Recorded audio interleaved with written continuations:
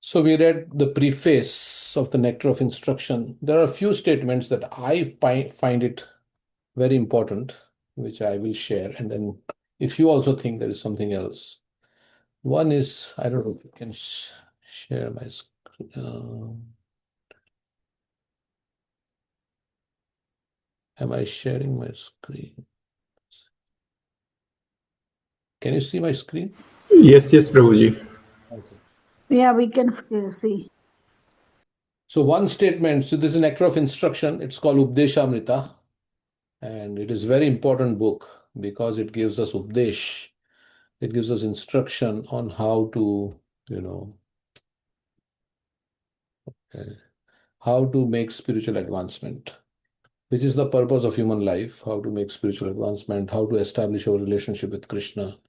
So there are only 11 verses in this book. How many verses? 11. And it talks about,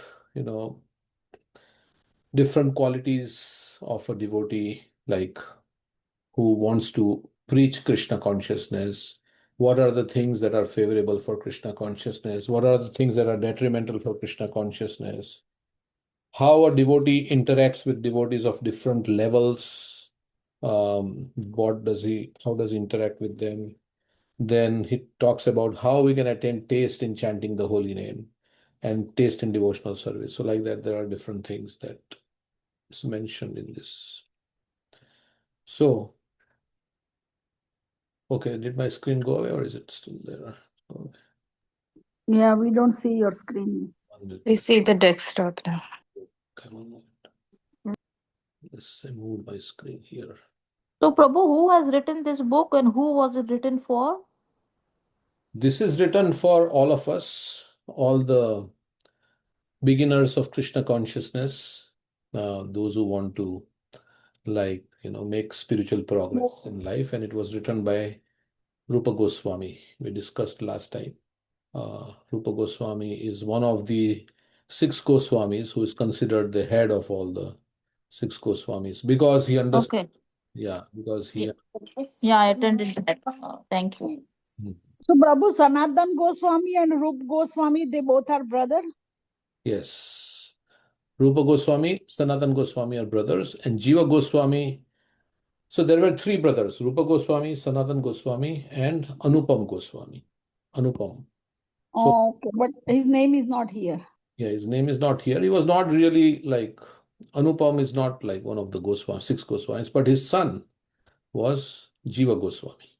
So Jiva Anupam Goswami. Goswami's son is Jeev Goswami. Oh, okay. So Jiva Goswami is, you can say, what father's brother is Rupa Goswami.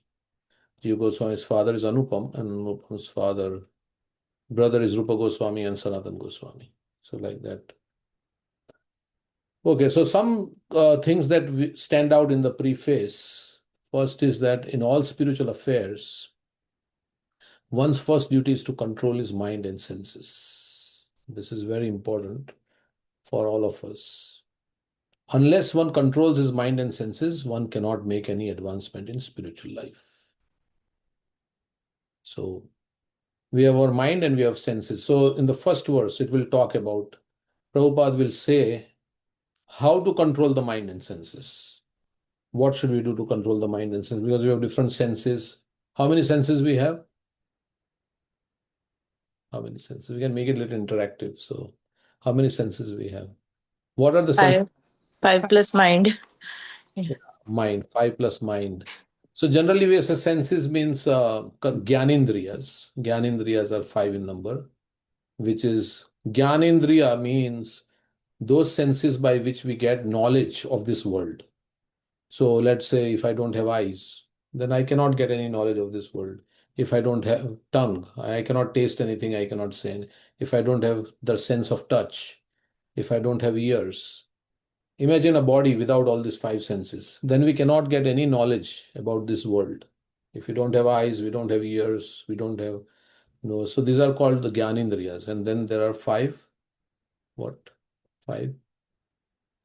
Karmendriya. Karmendriyas. Indriyas. Karmendriyas. So Gyanendriyas are by which we get Gyan of the world.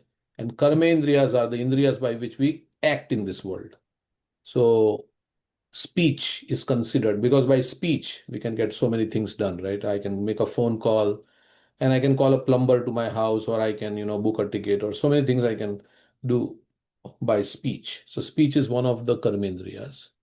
Other karmendriyas are like hands and legs. They are also considered karmendriyas.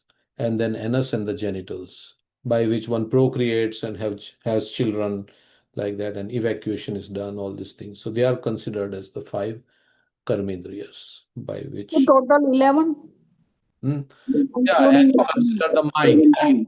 Mind is on the top. Yeah, mind is considered the king of all the senses. So mind is the king, and then all the other senses are subordinate to the mind. So Prabhupada says, unless one controls his mind and senses, one cannot make any advancement in spiritual life. So these two sentences are very important. Uh, so I can highlight. You can download this Veda base for free, where all the books of Prabhupada are there. I can send you the link later on. I will send it on the WhatsApp. So it's very handy to get all the books here. So you see all the books here. And then you can also like highlight. If you, when you read, you can highlight, like I can highlight this. So I think that's not a good color, but anyway. Aqua is which color? First I will. Anyway, so this is not a highlighting class, but so black. This is good. Yeah. So this is like as you read. So this is a very important statement. And another one is advancement in Krishna consciousness depends on the attitude of the follower. It's also a very important statement.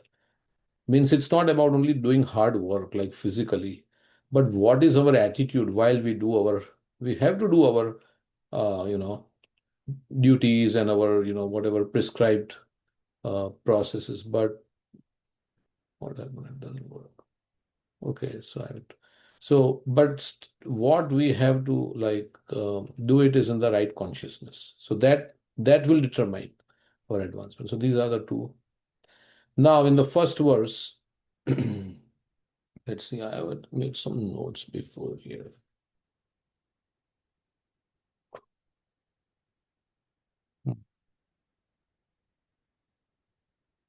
So we'll talk about the first verse. This is very important verse because any spiritual seeker will look for a guru. So this verse is described. Guru means like, somebody who can guide you. There are different kinds of gurus, right? We say there is, what are the different kinds of gurus? Anybody like to say what described in the Shastra? The Shiksha Guru and the Diksha Guru, that's all I know. Shiksha Guru, Diksha Guru. Then Path Pradarshak Guru is there, Patpat. and Krishna within the heart, what we called Chaitya Guru. Chaitya Guru. Yes, Chaitya Guru. Generally, there are, like, we say, four kinds of gurus. So Shiksha Guru is the instructing guru. Diksha Guru is the initiating, one who gives you the name, one who gives you the name and who gives you initiation, like the Diksha. There's a ceremony, Diksha ceremony. And Shiksha Guru is like one who instructs you on the how to make spiritual advancement. And then there is Path Pradarshak Guru or Vartma Pradarshak Guru, one who shows you, like you may meet somebody like Charuta brought a friend to the temple today, right? So she showed her the path of Krishna consciousness. So she became the Path Pradarshak, the one who guides you first initially. Like for Dhruva Maharaj, who is his Path Pradarshak Guru? His mother. His mother, yes. Because his mother actually then told him, Dhruva Maharaj, right? He was insulted by his stepmother. And then he was saying, I need help. And mother said, only God can help you. And where can I find God? Then she told about, okay, how you can find God. You go to the forest. In the forest, people go. And he actually went. So she became like the Path Pradarshak Guru. And then Narad Muni gave him instruction on how to. So he became the Shiksha Guru. And he also became the Diksha Guru. So he taught him the mantra Om Namo Bhagavate Vasudevaya, and then generally like Prabhupada writes, generally Shiksha Guru becomes the Diksha Guru. So then Narad Muni became the Diksha Guru and Shiksha Guru. And then he saw the Lord in the heart, Chaitya Guru, Narad Muni, Dhruva Maharaj. So these are the different kinds of gurus. So so if we want to seek for spiritual advancement, then what are the qualities we should look for? So this verse is describing that. And another thing is that even the spiritual seeker ultimately also has to one day, share this knowledge, because ours is a preaching movement. So what are the qualities which will make him enable to share this knowledge effectively? So this is also, now in math we say, you have a theorem, and sometimes you say this is a necessary but not sufficient condition, right? I don't know if you remember from your math class. Does anybody remember? This is necessary but not sufficient. Not at all. Maybe it's an Indian math class term and not a Pakistani math class term. Okay. I mean, in theorems you have it's necessary but not sufficient. Means it is required, but only these conditions. These conditions are absolutely required, but only these conditions are not enough. So here, although it says, so we'll read this. Vacho Vegam. So Vegam will come many times in this verse. Vegam means the force or the urge, as Prabhupada is translated, urge. Urge means like it has some intensity to it. There is a desire, and then desires come and go. Like we have desires to go to, Disney World, or desire to, go on a cruise or wherever. We have desires. But Vegam is more than a desire. It's like an urge. It is a little bit more intense kind of desire. It's like a force. So Vegam will come many times, and there are 6 kinds of, how many are there? 1, 2, 3, 4, 5, 6. 6 kinds of, okay. Let's see. Didn't I admit everybody? So Vegam means like the force. So we have the force. So what are the different forces? Vacho Vegam. Vacha is the speech. So we have the force of speech. We have the force of mind. We can identify with all this. We have the force of anger. Sometimes we can subdue it, sometimes we can't subdue it, right? It comes out. Jiva Vegam, the urge to, fulfill our desires of the tongue. Yeah. Udara Upastha Vegam. Udara means the belly, and Upastha means the genitals. So like that, there are different forces. There are 6 kinds of forces.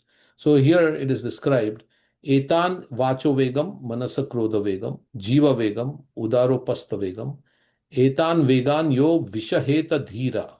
Dhira means slow, like dhire, hum dhire jate hai. But dhira also means one who is thoughtful. So a person who is thoughtful will often, consider, is this good, is this bad, before he acts. So he's kind of thoughtful. So in that dhira also, kind of slow person will. Oh, play. Oh, run. Hmm. So there are these 6 urges. So one who can vishaheta means one who can tolerate all these 6 urges. Then what he's sarvam apimam prithvim sa sishyat. So he can make shishya. He can make disciples. So one who can tolerate it doesn't say he doesn't have the urge. He may have the urge, he or she may have the urge, but he's tolerating, means he does not act on it. Right? It's just because I have the urge to speak, or I have the urge of anger. So that is the direct meaning of this verse. And then we will see how these urges we can conquer and all these things.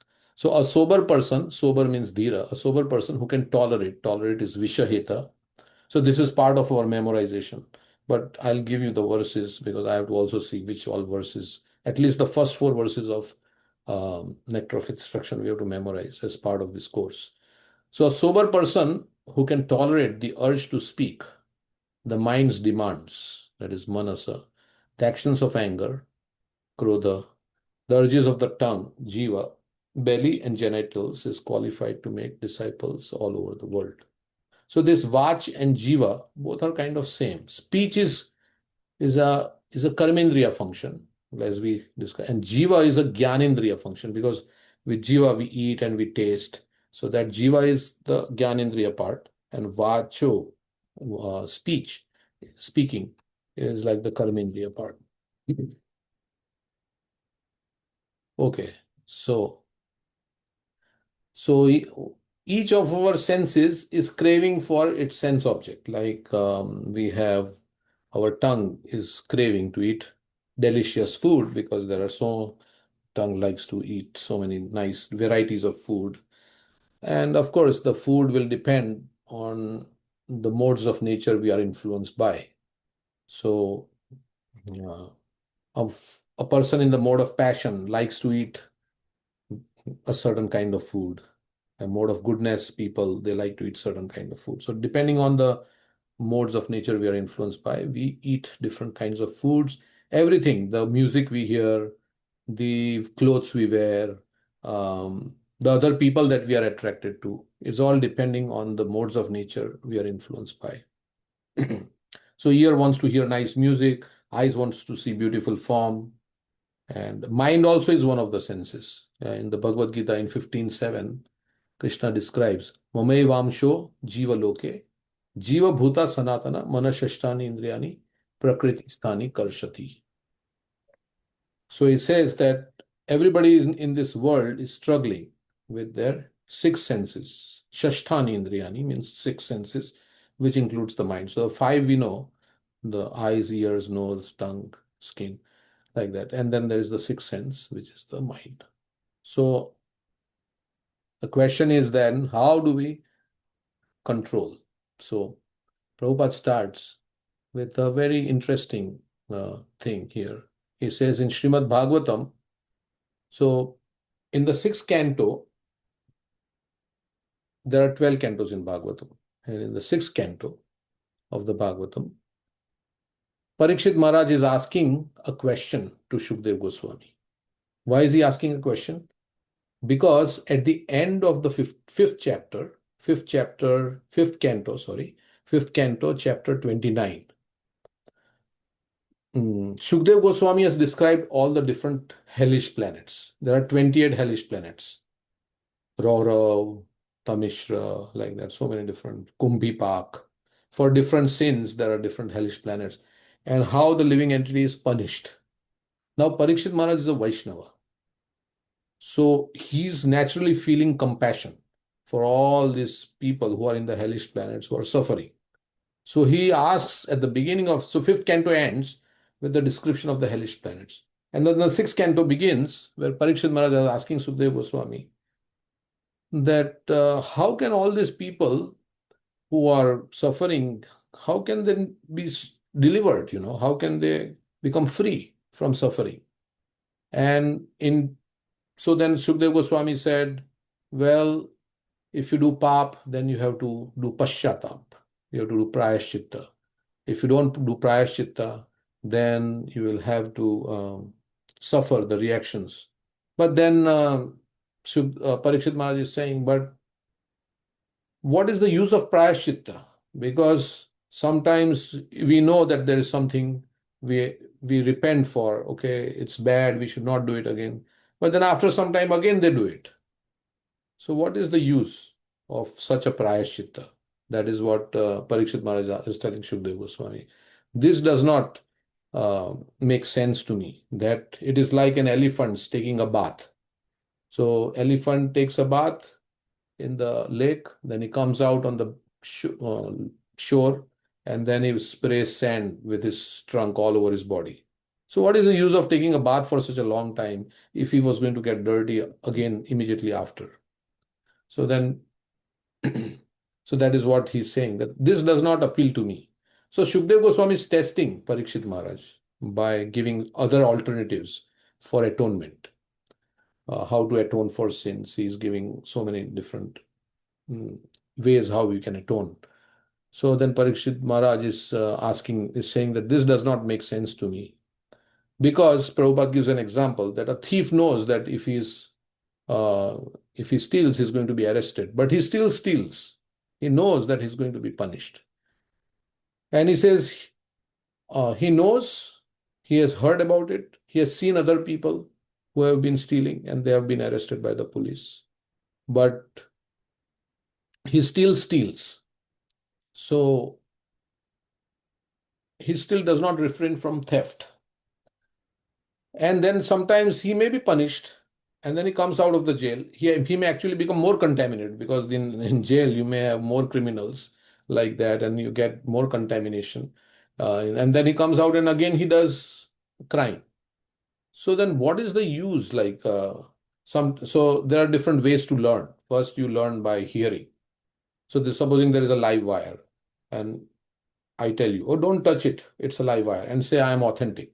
So you will hear and you say, no, no, I will not touch it because it's a live wire. Another one way to learn is by seeing. So I may not believe what I hear. So I have to see, oh, another person touched that live wire, he got a shock. So if he got a shock, I will touch, then I will also get a shock. So that's the second way to learn. First class way to learn is to learn by hearing. Second class way to learn is by seeing. Third class is to learn by experience. So we may not believe what we have heard, what we saw. We actually have to grab onto the live wire and get a shock. And then we say, oh, no, no, I will not touch it now. So that is learning by experience. They say experience is the best teacher, but what? Anybody like to complete that? Experience is the best teacher, but what do they say? But practice makes different, perfect. But only fools learn from it. Fools. So like that. Of course, that's why when we want to start a business, we go to a successful business person. Let's say I want to start a restaurant. Then I'll go to somebody who is already successful in restaurant. And I learn by hearing from him, because he is a subject matter expert in how to run a restaurant, how to start a restaurant. Then I will not make those mistakes that he made.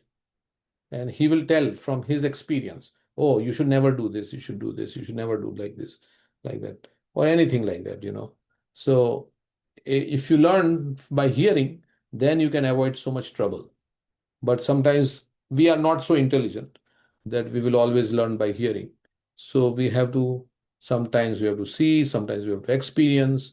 So we learn through a combination of all these three things: hearing, seeing, and experiencing. Okay, so these are the verses that he speaks. Parikshit Maharaj speaks in the 6th canto. Drishta shrutabhyam yat papam. Drishta means to see, shruta means to hear. He knows this is papa. Janan, it means he's in knowledge. Api atmano hitam, ahitam. He knows this is not good for my life. Karoti bhuyo vivasha, but helplessly. Karoti, he is doing it. Prayashchittam atho katham. What is the use of the prayashchitta? What kind of prayashchitta? If he knows he does, but he still cannot resist. So sometimes, mind's demands are like that. They are irresistible. Like material desires are insatiable and irresistible. Irresistible means you can't quit. You want to quit, but sometimes if you're addicted to alcohol, you want to quit, or smoking. It's very difficult. So I'm just giving one example. There can be material desires for so many other things. So it is irresistible and insatiable. Means you can't, no matter how much you satisfy, it never becomes pacified. It becomes like you can't win. Let's say you're in a game where you can't win and you can't quit. So then you get beaten up like that. So sometimes we get beaten up by this material energy. And so then he says, this is Kunjara Sauchavat. This is like an elephant taking a bath. So what is even in the Bhagavad Gita, in the 3rd chapter, Arjuna is asking this question. Atha kena prayuktoyam papam charati purusha. Let me pull up that verse.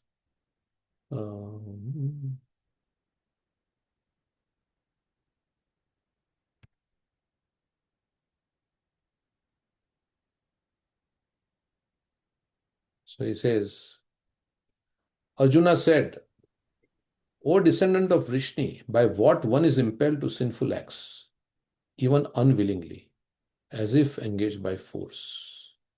So this is what he's asking. What is it that causes? Did you see the verse? Is it showing? No, it's not showing. Okay. I think I have to stop sharing. Maybe I'll put it here.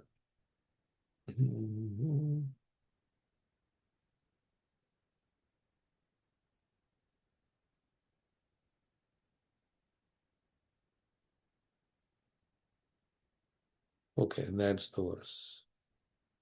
Now you can see maybe. So sometimes we know, but we are just irresistibly.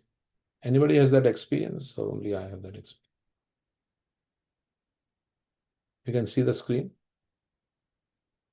So Arjuna said, Yes. Yes, absolutely experienced it. okay. So this is in Bhagavad Gita 336. So we have experience of this, right? Whatever it may be. But so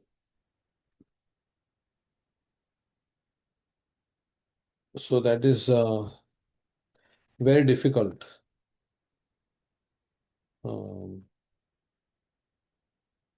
So mind's demands are also very difficult to resist, and it wants one thing, then it wants another thing, like that.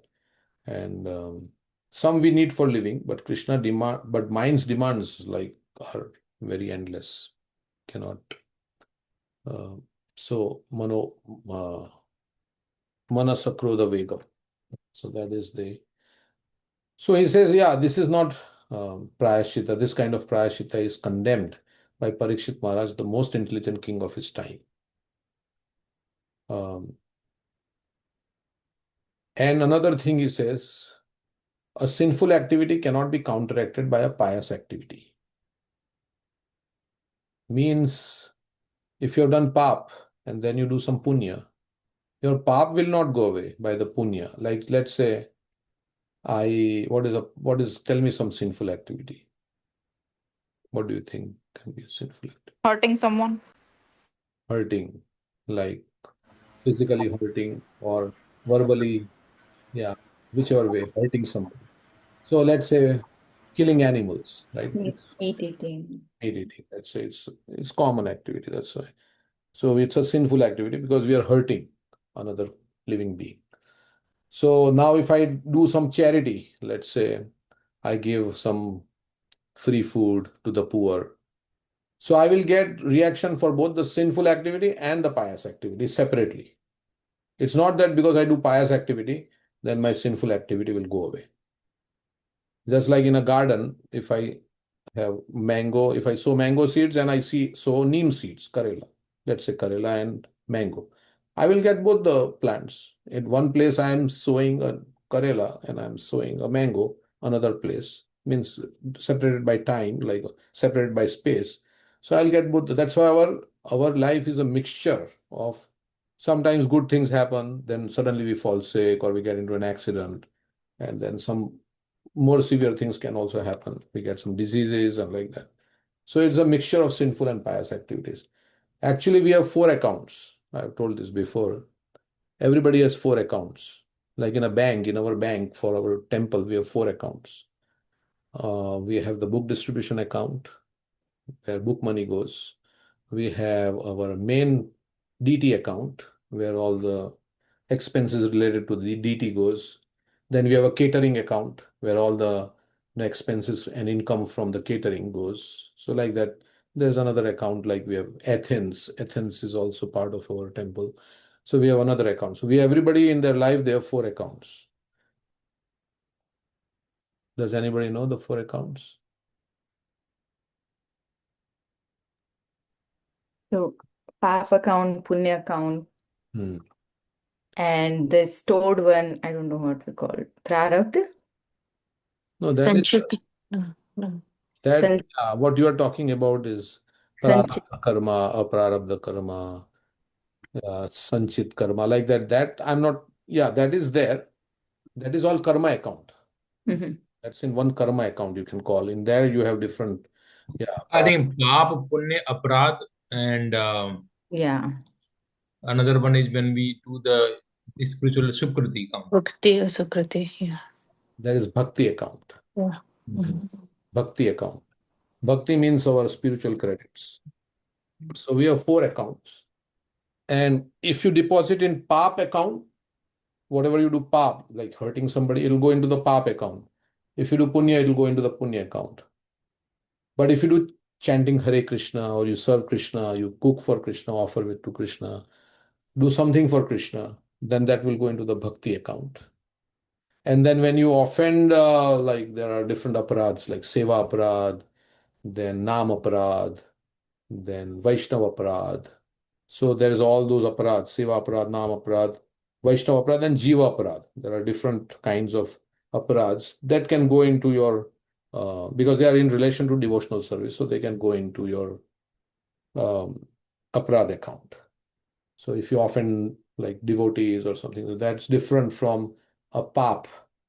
It's a different category. Yeah. So, so when we deposit in our bhakti account, then what happens? Both our pap and punya will diminish.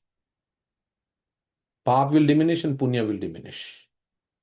So that is how our punya will also diminish. Yes. They say if you take bath in Ganga, your pap will diminish. But if you take bath in the Yamuna, then your punya will also diminish. It is said like that.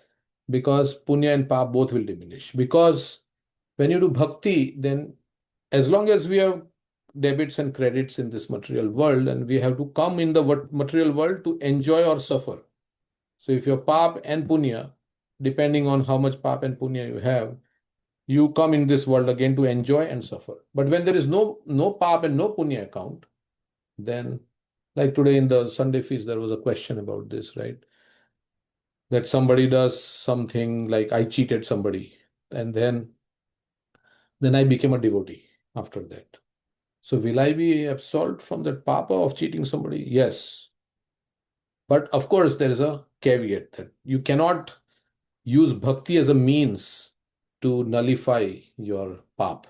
If you think like I will do some bhakti, like Prabhupada talks about, Christians go to the church, they confess their sins, then they again do that same sinful activity, thinking that next week again I will confess my sin, and then again I will do my activity. Then I will again go and confess the sin. So that kind of thing will not work. That is considered as a offense. Uh, but otherwise, if you do bhakti without uh, the deliberate intention of committing offense, then it will diminish our pap and punya. We may be weak in our heart, so we may not be able to give up, but we are not doing it with the mentality that, okay, I will do sin, then I will do chant some Hare Krishna, so it will nullify my sin. Then I will do the same sin, and then I'll chant Hare Krishna. That Prabhupada says is an offense. Which offense is that? There are 10 offenses in the holy name. So that offense comes as the seventh offense. Mhm. Seventh offense is to commit sinful activities on strength of chanting the holy name. Namno balad yasya papa buddhi. This is the Sanskrit translation. In the Padma Puran, all these 10 offenses are listed. And this one is saying, Namno balad. Balad means on the strength of Nam, I have the buddhi that I will commit pap.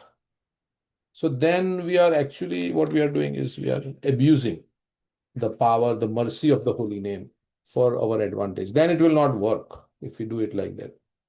But immediately we may not become free from all our sinful desires. But because we have switched, like it's a fan, you switch off the fan, then slowly the fan will rotate for some time, rotate, and slowly, gradually will come to a stop. So bhakti is like that. Initially, it may not happen immediately that we become purified overnight. although it can happen, but slowly and gradually as we chant, and slowly and gradually. And depending on our contamination from before, it takes some time. So that is the prayaschitta. That is, so here is saying sinful activity cannot be. So we say when we deposit in bhakti account, then that will take us out of the material world. Pap and punya will give us good and bad situations in the material. We can even go to heavenly planets.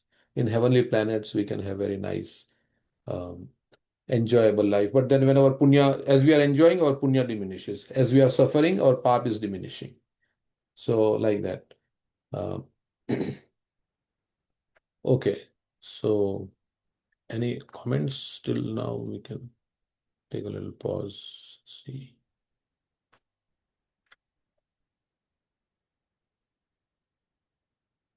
I think it is all self-explanatory. So there is a nice verse in the Bhagavad Gita. I was relating to Bhagavad Gita 5:23. Krishna says, before giving up this present body, if one is able to tolerate the urges of the material senses and check the force of desire and anger, he is well situated and is happy in this world. This is the same kind of how to do that. We'll see in the purport as we go along. So this is a nice verse 5:23. So before we die, if we can tolerate, means there are so many desires coming, and not all desires are bad. Sometimes some desires we get, but we have to evaluate the desire. How do we evaluate? Sometimes we have many choices in life to make. So one, they say, the good way to make choice is that, is it going to bring me um, like closer to Krishna, or is it going to take me away from Krishna? That's one, like say that's the ultimate choice. If you make based on this, then you will never be confused. You'll never be confused, because sometimes we say, oh, this I should do, or this. Well, will it bring me closer to Krishna? Will I be able to serve Krishna better, or will it take me away from Krishna? So based on that, if we make all of our decisions in life, then we'll be well situated and will be happy in this world. Okay, because desires will be there. We cannot give up desires. But Prabhu, I feel like most of the sins committed fall into that category where it says like somebody is literally pushing you and you have no control, even if you talk yourself out of it. Hmm. When it's time to act, you just act. And then all this application of whether it's favorable, unfavorable is like with a very relaxed state of mind, which usually happens after you have committed the sin and not quite at that time. Correct. Yeah, generally we act very spontaneously based on our conditioning, and then afterwards we say, "Oh my God, I should not have done like that. I should not have spoken like that, or whatever. I should Yeah. have done." Sometimes it's like two different people.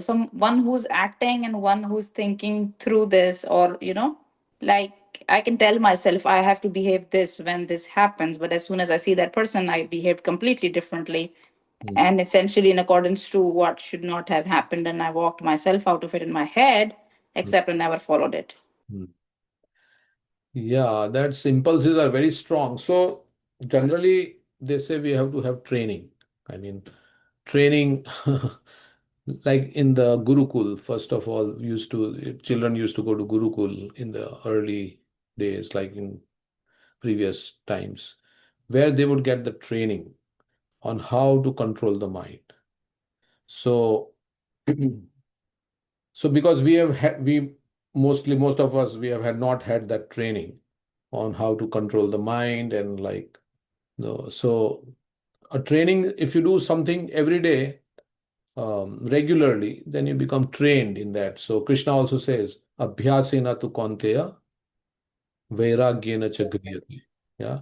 He says, what is this verse? Krishna, Arjuna says, Chanchalam hi mana Krishna.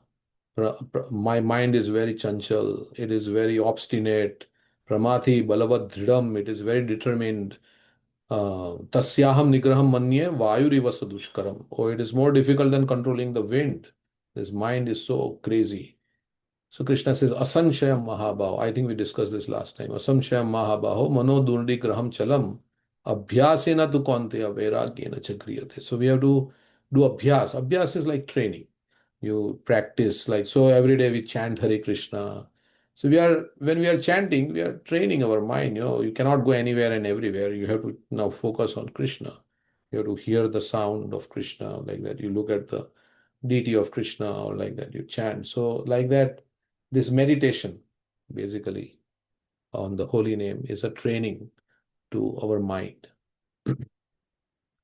So, if we do it regularly, then after some time, we are supposed to be like very, very becoming good at it.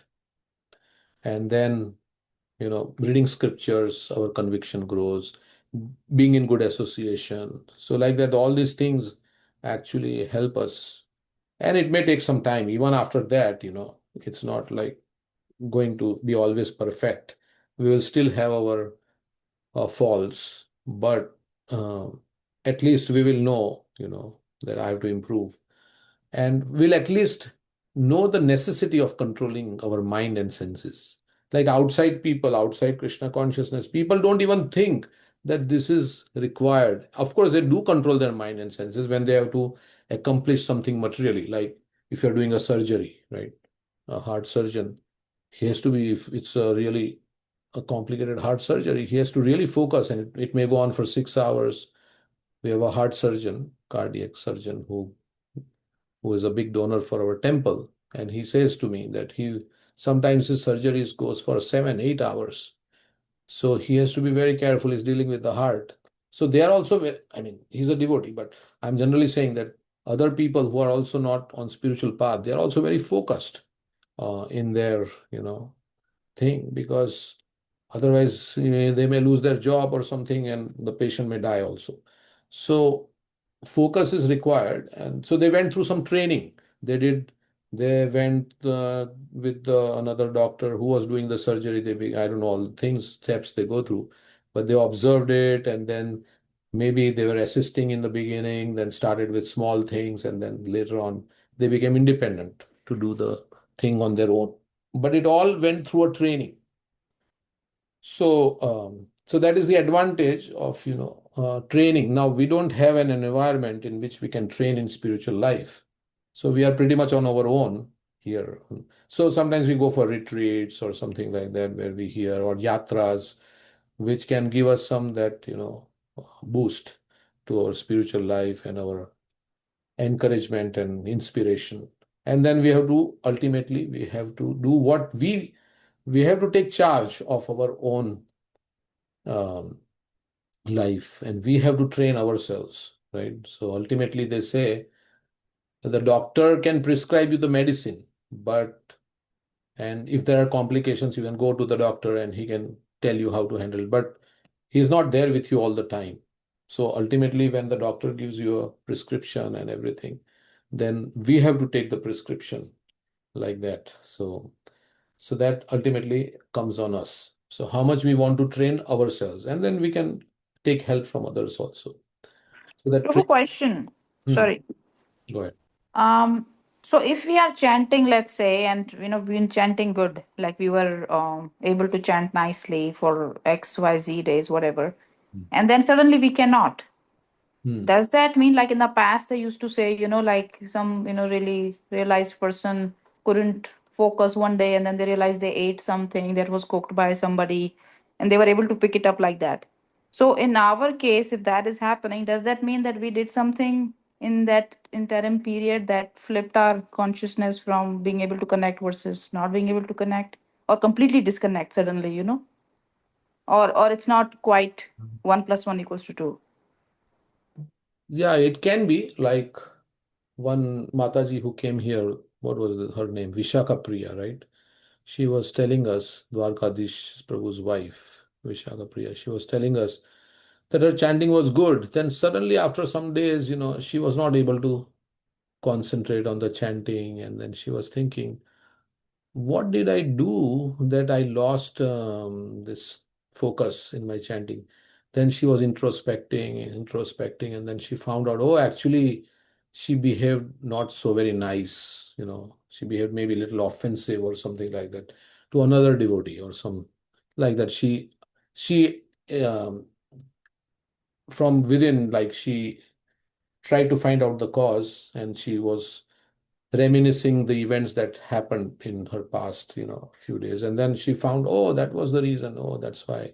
So one reason could be that, yeah. And then, our association may not, we may be in good association with the devotees, we can chant, but then when we are away from the association, we go to India or somewhere where we don't have association, and we are surrounded by people who are very like socially minded and are not very, then we may lose in that association like that. And then when we come back to America, then we don't have, because we didn't chant, we got all these other things, and we may so that can happen.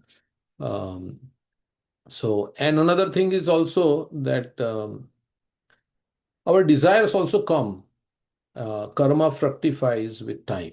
So, like a 5-year-old may not have certain desires, a 10-year-old may have certain desires. Then at 20, there may be some other desires that come. So we have our past lives, so many lives we have lived, and our karma is there. So some desires become suddenly very prominent at a certain age of life, and then, we have to, and we think like, oh, how did this suddenly come about? How did this happen? Like, I have now strong desire to do this or that. And so that can also affect our spiritual life and our conditioning. So there can be many different reasons. Um, so like there is one instance in Krishna book. There was one Muni who was meditating. Anybody knows the name? In Yamuna, Strawberry Muni. Saubari Muni. Saubari Muni was meditating in Yamuna for a long period of time. And he had all, his skin had become very, in the water. And Garuda used to come there at that place in Yamuna to catch fish. Now Garuda is a devotee of the carrier of Lord Vishnu. So he used to come there to catch fish. So when Garuda would come to catch fish there, then it would create a lot of, the fish would like, be all agitated, and the water will move, and it would disturb his meditation. So what he did is he cursed. He was not exactly a devotee, he was meditating, but he was like maybe impersonalist or something. He was meditating. So he cursed Garuda, who was the carrier of Lord Vishnu, that if you come here in this area, you will come, then you will die. So Garuda stopped coming, but Garuda and Kalia, now that's another history, that enmity. So Kalia wanted to escape Garuda. So now Kalia came because he knew this portion of the lake of Yamuna, Garuda is not going to come. So I'll be safe here. So Kalia came with all his poison and everything. And then what happened? All the fish that he was trying, he was kind to the fish, Saubari Muni, that's why he cursed Garuda. All the fish died because of the poison of Kalia. So it proved counterproductive what he was trying to do, and there was poison. And because he cursed, then what happened? Material desire started coming in his heart, right? He became like agitated sensually. He saw some fish and a romantic situation, and then he became very agitated by that. He came out of the water, and he lost, for the time being, he lost his desire for spiritual life, like that. So that can happen. Uh, I mean, this is one story that is said. It is not always like that, but that can also happen when we offend devotees. Now we may think that, oh, why Garuda is eating fish? Aren't devotees supposed to be vegetarian? But of course, Garuda is not a human. Garuda is a bird. Anyway, that's we digressed from the thing. So yeah, that could be a reason. That's the story. That's the history in the 10th canto of the Bhagavatam. This comes. So that can also come, and we can lose our when we offend the great devotees. There is a verse in the Bhagavatam. When we offend great devotees, then we lose materially and spiritually. Um, I can find that verse. So that can be one reason. and others is like just because we are casual. Like Ajamil. Ajamil's case is different. Ajamil was very spiritually inclined in the beginning, but he just came upon a scene which was not so good for him to see. And he became like he took it in his mind. He started contemplating on that scene where a drunkard person and one lady, they were, embracing and kissing and like that. So he became completely what you can say, obsessed with that scene. And then he was meditating. He should have forgotten that. I mean, he should have gone back. But sometimes we have something that we meditate. In the Bhagavad Gita, Krishna talks about this. Dhyayato Vishayan Pumsam Sangastesu Pajayate. When we meditate on the objects of the senses, then we develop attachment for them. That's how advertising works. And then from that attachment, lust develops, this is. And then from lust, when it's not fulfilled, then anger develops. Or when lust is fulfilled, then greed develops. So like that, and then what happens when anger develops? Then one becomes illusion. Krodhat bhavati samoha, samohat smriti vibhrama, smriti bhramshat buddhi nasho, buddhi nashat pranashyati. So I'll read the translation. It says here, ध्यायतो विषयान् पुंसा संगस्तेषु उपजायते संगत संजायते kama, कामात् क्रोधो बीजायते. While contemplating the objects of senses, a person develops attachment for them, and from such attachment, lust develops, and from lust, anger arises. And then, if it is not fulfilled, from anger, complete delusion arises, and from delusion, bewilderment of memory. When memory is bewildered, intelligence is lost, and when intelligence is lost, one falls down again into material pool. Now, this may be very like drastic things we are saying, but sometimes we may just not be like, we may be tired also, so we may not be able to chant nicely. So that is also, every day is not the same. So we should not worry too much unless we can introspect and see if we have done something wrong or something like that. But some days we are tired or some job is there which is on our mind and something we may not be able to chant. There may be many other reasons. Okay, so here in the, what is the time? 8:54. Yeah, we will not be able to finish this. I want to finish the whole verse, but we'll finish it. So real atonement involves coming to real knowledge, and for this there is a standard process. So Prabhupada describes two ways to become, let me show you a slide. I took it from some lecture. So I can show this.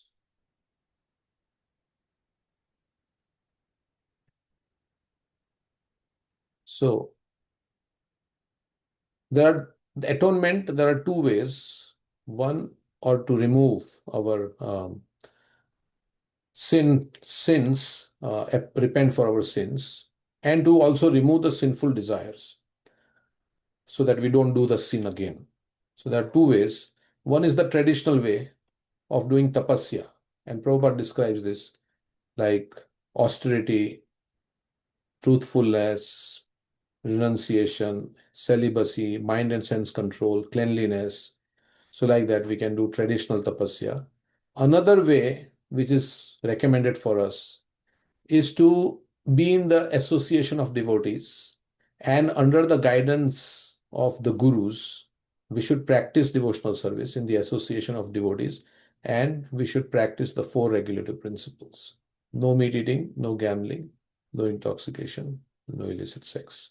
So if we do that, then also, so he's describing here that a human being is meant to be trained according to certain principles to revive his original knowledge. Such a methodical life is described as tapasya. One can be gradually elevated to the standard of real knowledge or Krishna consciousness by practicing austerity and celibacy, by controlling the mind, which is all very difficult, by controlling the senses, by giving up one's possession in charity, by keeping clean and practicing yoga asanas. However, if one is fortunate enough to get the association of a pure devotee, he can easily surpass all the practices for controlling the mind by mystic yoga process, simply by following the regulative principles of Krishna consciousness, refraining from illicit sex, meat eating, intoxication, and gambling. and by engaging in the service of the Supreme Lord under the direction of the bona fide spiritual master. This easy process is being recommended by Srila Rupa Goswami. So that is a nicer way, an easier way, and it is also cleans our heart completely, because in Krishna consciousness, it is said that not only the weeds are removed superficially, but they are removed from the root with that they will never fructify again. So now he is going to go into different Vacho Vegam, how we can control our speaking power. So it's 8:57, so we can just do one Vacho Vegam. So speech is very important because we have a tendency to speak so many things. It is called prajalpa. Prajalpa means unnecessary talk, right? In ship, there is a small metal plate which changes the direction of the ship. What is it called? Anybody knows what is it called? It's called the rudder. Rudder. Rudder. So compared to our big body, the tongue is a very small organ, right? It's maybe not so long or something like our hand or anything. I don't know how long the tongue is, but uh, so the direction of the ship will change based on the direction of that rudder. Similarly, how we use our tongue will determine the direction of our life. The tongue is so important organ. So how we use our tongue will determine the direction in which our life is going. Like with our tongue, if we blaspheme, if we speak all ill of all the devotees and blaspheme the devotees, then we will get severe reactions for speaking like that. But with that same tongue, if we chant Hare Krishna, if we speak about Krishna, then that same tongue will take us back to the spiritual world. Or if with the tongue, of course, this is about speaking, but tongue also has another function to eat. So if we eat all the nasty things, the meat and all these things which we are not supposed to eat, then we'll go to the hell. There's a hell called Kumbhi Pak, or some hell where one gets boiled like that. So how we use our tongue is very important. And tongue has two. So now here he's speaking about the speaking power. So as soon as we meet, we like to talk. And nowadays there are so many things to talk about. There is politics, there is war, and of course, it's general knowledge. We are not saying we should not have any, but there is no end to it. What somebody was saying, what is news? News is old things happening to new people. All old things. News is nothing but old things happening to new people. Means it has happened before. Now it is happening again to some other people. So it's constantly going on in the material world. There is always some talk about some sports, some match. But previously also, 100 years back also, they were talking about politics. 100 years from now also, they'll be talking about politics. Who will win the election? What is going on? So ultimately, any talk about all these temporary situations of the world, because we are here temporarily, and we are talking about all these temporary situations, and we get absorbed in it, and it does no good for our soul, which is eternal and has an eternal relationship with Krishna. So if we completely get absorbed in this material world and talk about, we have to know. I'm not saying we can become completely oblivious and like we are just cut off from the material world, but if we keep going on and on, there is no end to it. So we can speak and what happens? We get absorbed in it. Like so many chat rooms are there right now, so many Facebook, there's so many chats, so many ways you can chat. And we get absorbed in it, and we will lose time. And we lose time, which is our most valuable asset. We have limited time in the human form of life, and we are absorbed in that consciousness. We forget how time is passing. There's a nice verse in the Bhagavatam. Let me show you what Bhagavatam says about this.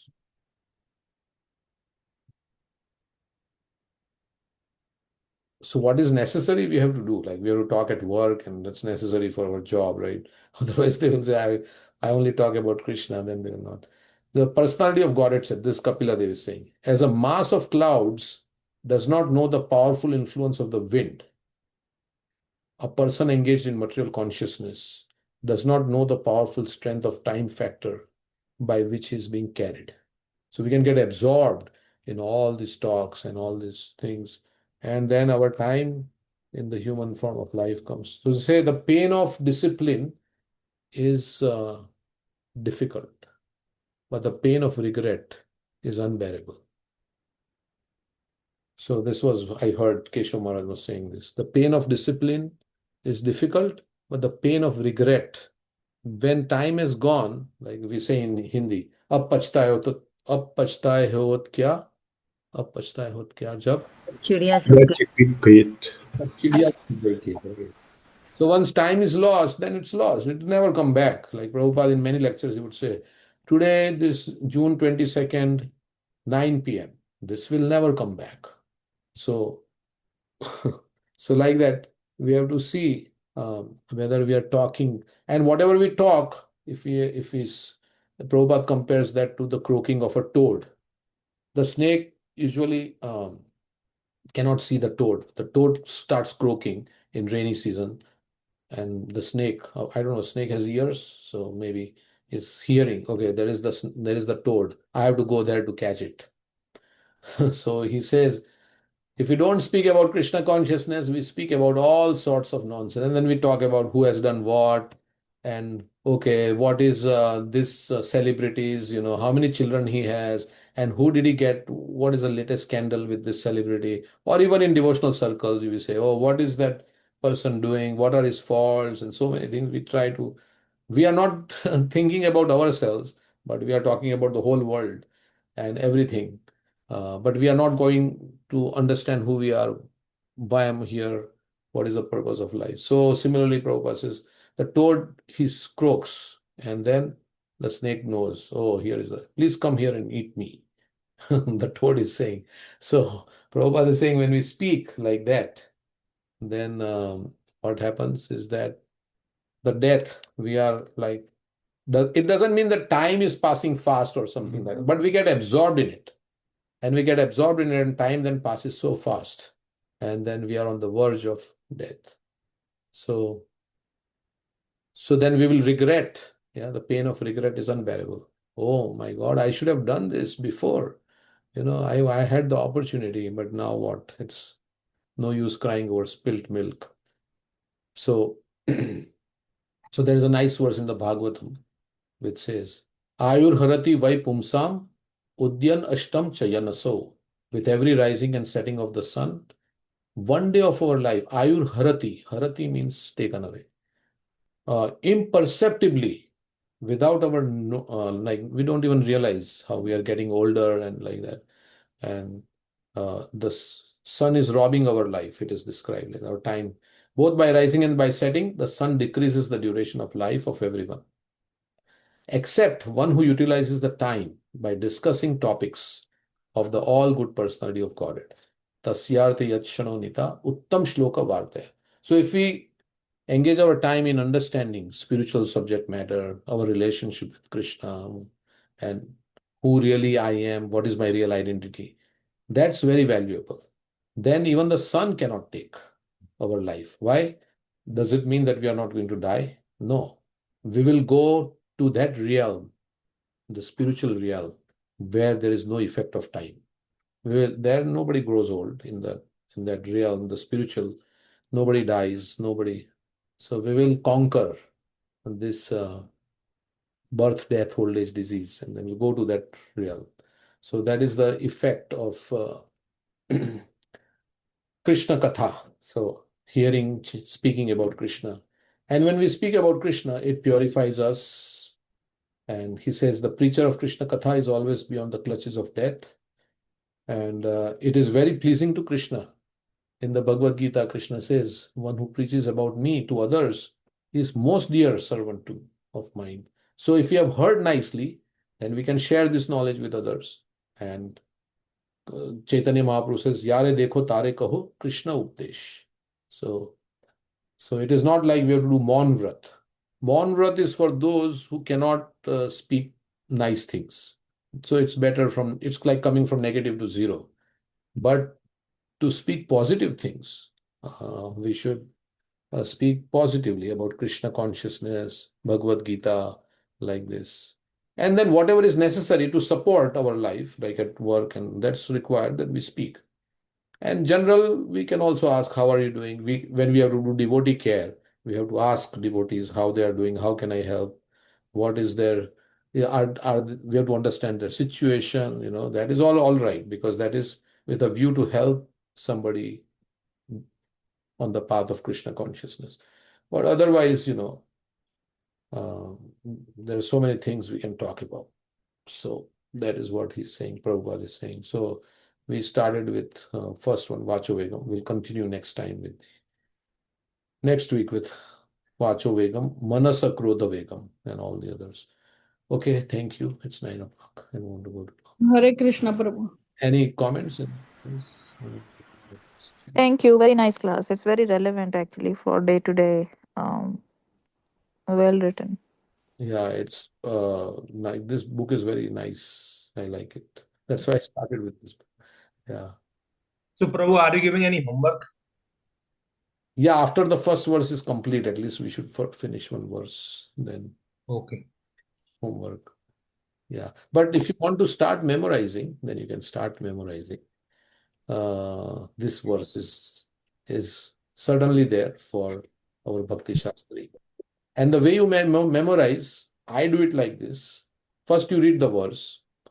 So Vegam is coming so many times in this verse, right? Vegam. So that Vegam and Vegan. Yeah, so it's urges. Vegam is singular and Vegan is plural. So you say the verse one time. You see the whole word for word, Krodha, many words we know, Vacho, Kujiva, like that. You see the meaning and then you read the translation and you get a general idea of the verse, what this verse is all. Of course, I'm not any Sanskrit scholar or anything, but then you recite the first line, Vacho Vegam, Manasa Krodha Vegam. And if you're a meter, like if you can sing it, it will be easier. Jiva Vegam, Udarupastha Vegam, Etan Veganyo Vishahet Adhira, Sarvam Apimam Prithvim Sasishya. So you take one line and you repeat that line.